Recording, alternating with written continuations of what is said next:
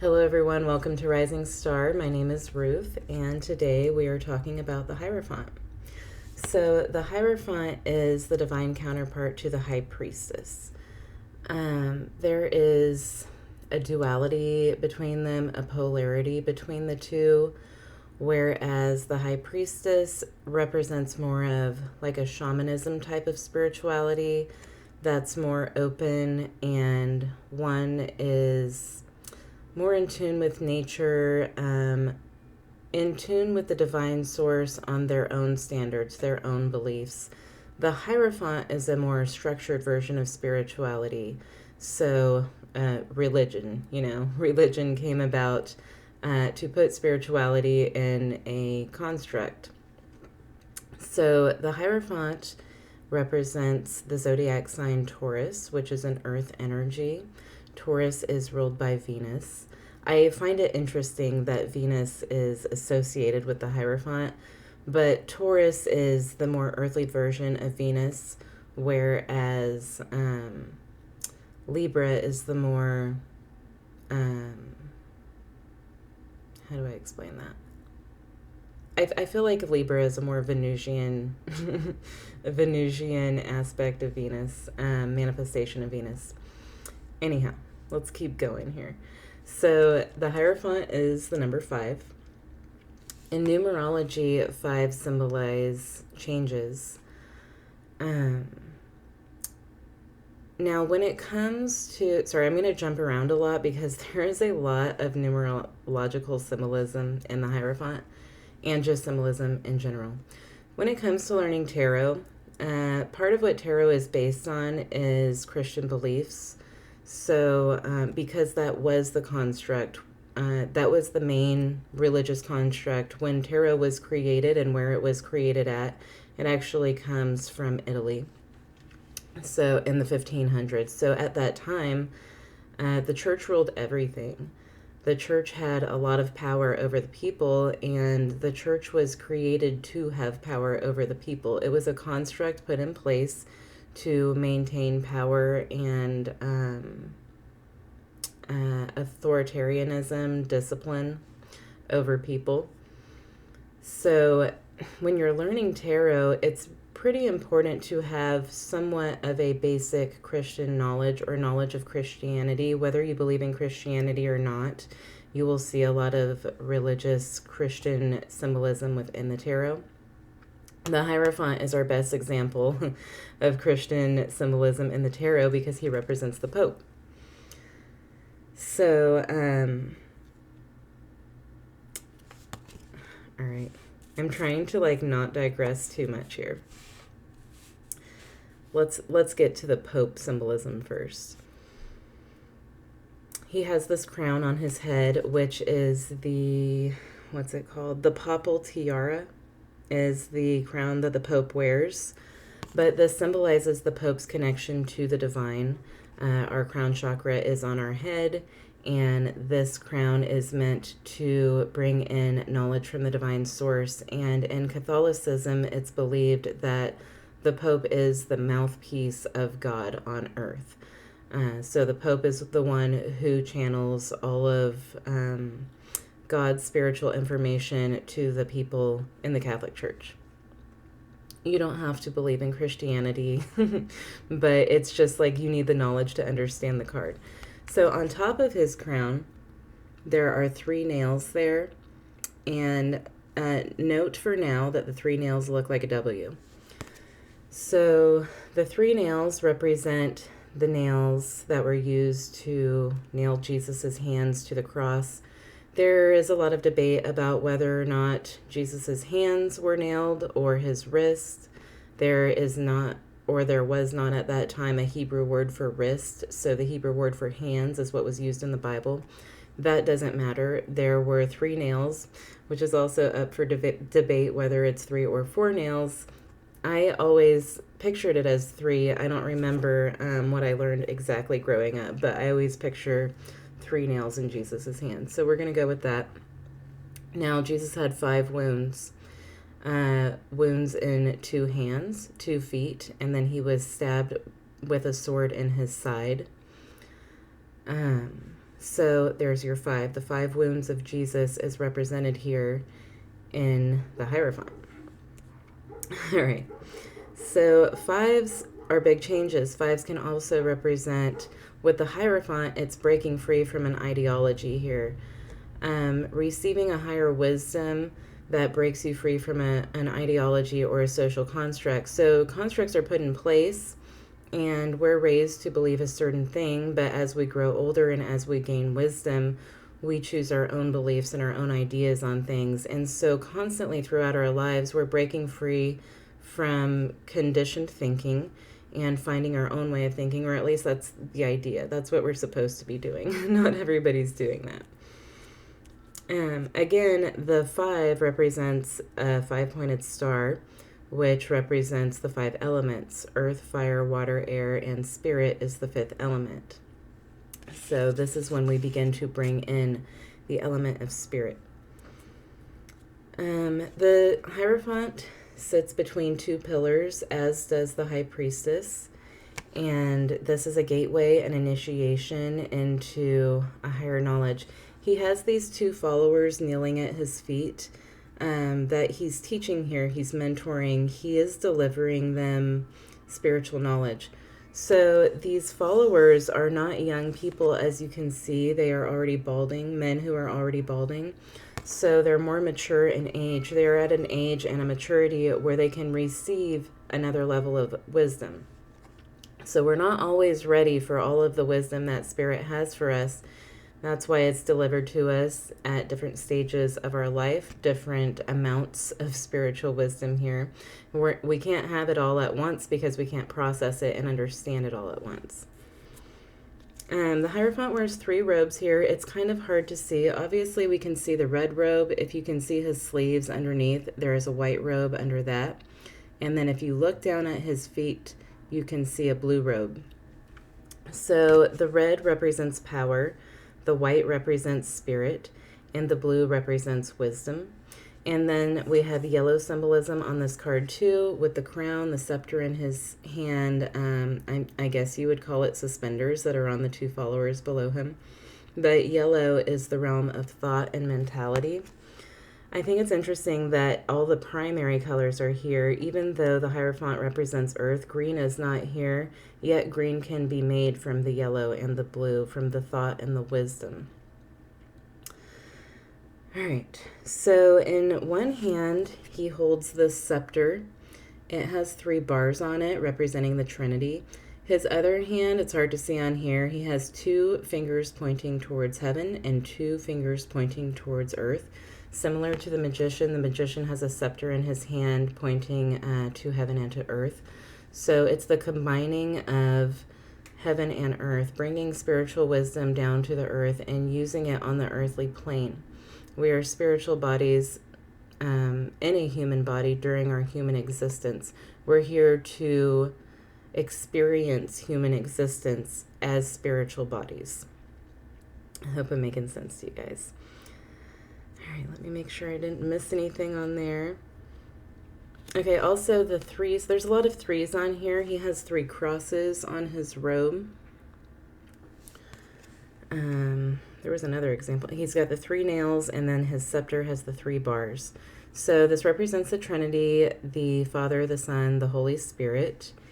And also this can represent the 3 dimensions of earthly reality. So the 5th dimension is the spiritual plane. The 3rd, there's actually tons of dimensions, but we're not going to get into that. What we can access now is the 3rd and 5th dimensions. We know that the 3rd dimension is the earthly plane. And then the 5th dimension is more spiritual, so 3 and 5. There's lots of 3s and 5s going on in here. Okay, also his scepter here with the 3 bars is representing his religious status, his knowledge of spirituality here. All right, I covered all of that. Give me a sec, guys. I've been jumping around with my information. Okay, he's got 2 keys here under his feet. There's a lot of twos and threes going on here, right? There's 2 keys, there's 2 followers, there's 3 crosses, there's 3 nails, there's 2 pillars, 3 bars on the scepter. 3 plus 2 makes 5. So his keys is the unlocking of spiritual knowledge. He has received the spiritual knowledge here, and he is unlocking these secrets for these followers below. So the Hierophant really represents a mentor, a teacher, somebody to look up to. There's always teaching and learning amongst us as humans, right? There's people that we learn from, and there's people that learn from us, and vice versa. Sometimes we are teaching and learning with the same person. Okay, the red, white, and blue can also represent the blood, sweat, and tears of Jesus. So the night before Jesus was crucified, he went to the Garden of Gethsemane. Gethsemane, I'm pretty sure that's how you pronounce it. And he was in, like, the most distressed place probably that a person can be. Imagine knowing that you're going to be crucified the next day, that you're going to be tortured beyond belief, that you're going to be nailed to a cross and stabbed in your side and dying from dehydration and bleeding to death in the hot sun. So Jesus was extremely distressed, even though Jesus is, or was, the earthly manifestation of God. And whether you believe that or not, we're going along with the symbolism. So Jesus was the earthly manifestation of God. Even though he was that, and even though he knew the prophecies that he was here to die for the sins of the people, it was still very distressing for him. And so he was sweating blood in the Garden of Gethsemane. He was extremely distressed. There are several examples in the Bible of when Jesus expresses emotion and begins to cry. Blue also represents emotions. So when Jesus was moved to tears, it was the suffering of others, not as much the suffering of himself. Obviously, in the Garden of Gethsemane, it had a lot to do with his own suffering, but Jesus was moved by the emotions of others. He was extremely empathetic. And where am I going with this? There's somewhere I'm going with this. Man, I just lost my thought here. Anyhow, it's showing us Jesus's emotions. Man, I wish I wouldn't have forgotten that. It'll come back to me. It will come back to me. It's gonna drive me crazy for a minute. All right, we're gonna let it go for now. I'll leave it in the comments if I think of it later. I was getting at something. All right, so in a reading, the Hierophant is a mentor, a teacher, a social construct. He can represent religion. Also, the signing of contracts. Like in this card here, there's a lot of hands being shaken on the side. So that represents, it can be like signing a deal, signing a contract, making an agreement with someone else. And like spiritually, this can be our spiritual agreement with God or the divine source or whatever it is that you believe in. A spiritual agreement to progress spiritually and to follow a certain path here. All right, so contracts, stability, commitment, spiritual guidance, a higher level of spiritual knowledge. This is opening up, this Hierophant here unlocks for us a higher level of spiritual knowledge. So on the Fool's journey, he starts out energized, but he really has zero knowledge at this point. He has no idea what's ahead of him. And then he gets to the point of the magician. He starts to realize that he has some tools here. And then he gets to the point of the high priestess, where he's digging up spiritual knowledge within himself. And then the empress and the emperor, he is learning how to utilize his divine feminine and divine masculine energies. So now the Fool with the Hierophant is getting initiated. He's going to go through another gateway here between these two pillars. He's getting initiated into a higher level of thinking. And this card represents the connection between the spiritual and earthly realms.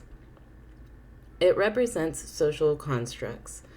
So it's important for us to understand that social constructs are put in place for a reason at the time. They work, usually, when they're put in place for a reason, but that doesn't mean that they'll always work, because change, number 5, is always taking place. We are always evolving as a species, and spiritually we are also, that's what we're here for, to continually spiritually evolve and ascend to a certain point. So sometimes constructs need to be broken apart because they don't work anymore. And actually the church is a good example of a construct that doesn't work anymore.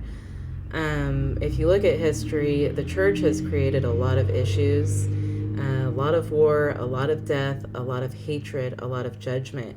Yes, there are good things about the Christian church, but there's also a lot of bad things that have happened too.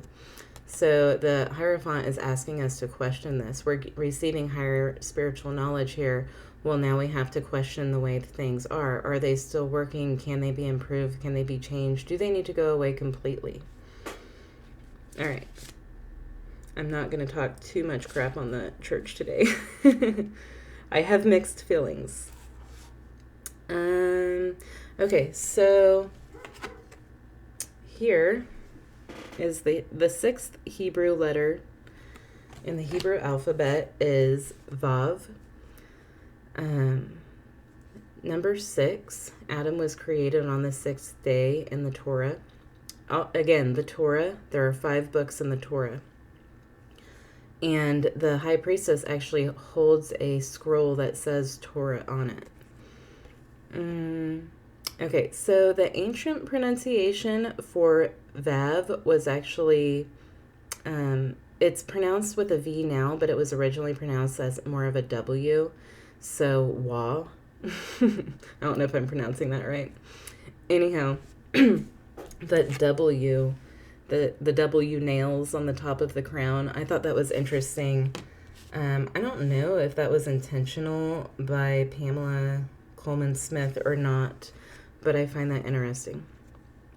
Okay, so this letter Vav, which it's just like a line basically with a little hook on the top. Feel free to Google it because my camera's not doing it justice, I'm sure. Anyhow, it can mean a hook, a spear, a tent stake. It also means the word and. I think it's interesting that it can mean a hook, a spear, or a tent stake because that's very similar to the nails that Jesus was nailed to the cross with. So when put in front of a word, Vav or Vav transforms past into future or future into past. So it can transform a word here, which I find very interesting. Also, there are exactly 600,000 Hebrew letters written in the Torah, which makes it kosher. And I'm sorry if you are, if you have a much vaster knowledge of the Jewish religion than I do, because this is just what I'm finding on Google. I'm not an expert, so correct me if I'm wrong here. But the 600,000 letters make it kosher. So Vav being the 6th letter times 100,000 is the letters in the Torah. The people who wrote the Torah in Hebrew were very specific with it. Like, the Hebrew alphabet is pretty interesting because it's very specific. Each letter is a symbolism of something, and there's like so much meaning that goes into each letter. So it was very specifically written, almost like in a magical way, if that makes sense. Also, the Star of David is a 6-pointed star, and the Star of David represents pointing to heaven and pointing to earth, and the combining of heaven and earth. All right, so let's look at these other Hierophant cards. So this one is from the Hermetic deck, and I know I mentioned this last week, but if you really want to get into some tarot symbolism, this is a great deck to have. The only thing I don't like about it is that it's associated with Aleister Crowley because it was made by the Order of the Golden Dawn. Anyhow, we're going to forget about him. He was not a good person. Okay, so there is a Trinity symbolism on here. The 3 circles. And then on the other side of the 3 circles, you see a 5-pointed star here. And this Hierophant on this card, he kind of looks like a hermit, really. He's older in age. He's mature in age. He has received a lot of wisdom here. He has done a lot of work to get to where he is. So that represents the maturity that comes along with spiritual wisdom, I guess. All right, this Hierophant is a very Christian-looking Hierophant. It's weird to me that he's a child. Like, how did this child get onto this throne? I don't fully understand the symbolism of this one. But he looks childlike. And as I pointed out before, there's a lot of hands here, the shaking of hands, the forming of an agreement. These men below him have 2 keys, the symbols of 2 keys on their robes there. Couldn't think of the word. All right, this is from the Ostara deck. That one was from the Gregory Scott deck, in case if you're wondering. This is from the Ostara deck. And this one is really the receiving of spiritual knowledge that lights the path for us. You can see the path down below, the candle representing the light that we're being guided towards, the light of knowledge and wisdom. And then that book there with the eyes on it, the opening of the eyes, the awakening that spiritual understanding brings. And of course, I love this Hierophant.